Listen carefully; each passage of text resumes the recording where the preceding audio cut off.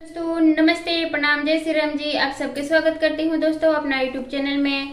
तो आज मैं सुनाऊंगी आप लोगों से छठी मैया का गीत। अच्छा लगेगा तो कमेंट करके बताइएगा, शुरू से लेकर अंत तक सुनिएगा इस हमारे गीत को, तो बने रहिएगा। चलिए मैं सुनाने जा रही हूँ, शुरू से लेकर अंत तक सुनिएगा। अच्छा लगेगा तो लाइक भी कर दीजिएगा हमारे इस छठी मैया को, गीत को। बोलिए छठी मैया की जय।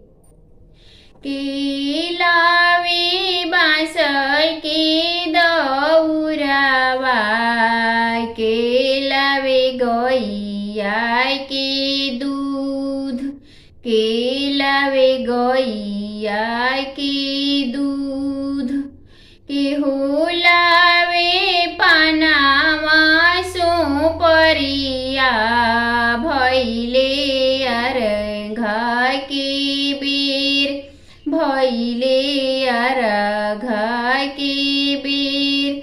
डुमवा लई हे बाँस के दौरावा, अहिरु गैया के दूध, अहिरु गैया के दूध।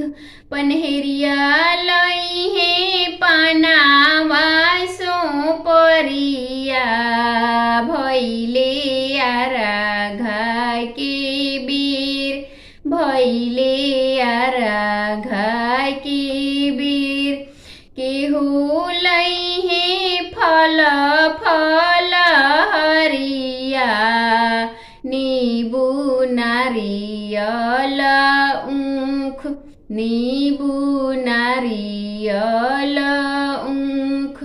के हो पेन्हे पियर पियर धोतिया, भैले अर्घा के बेर, भैले अर्घा के बेर।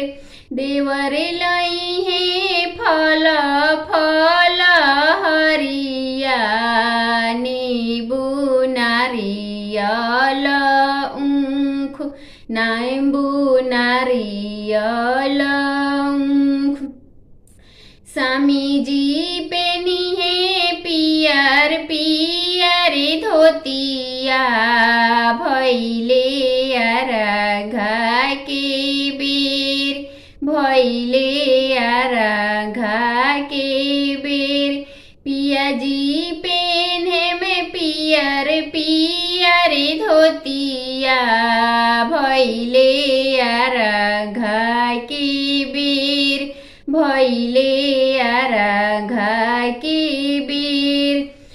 स्वामी जी पेन्हे में पियर पियर धोतिया, भैले अर्घा के बेर।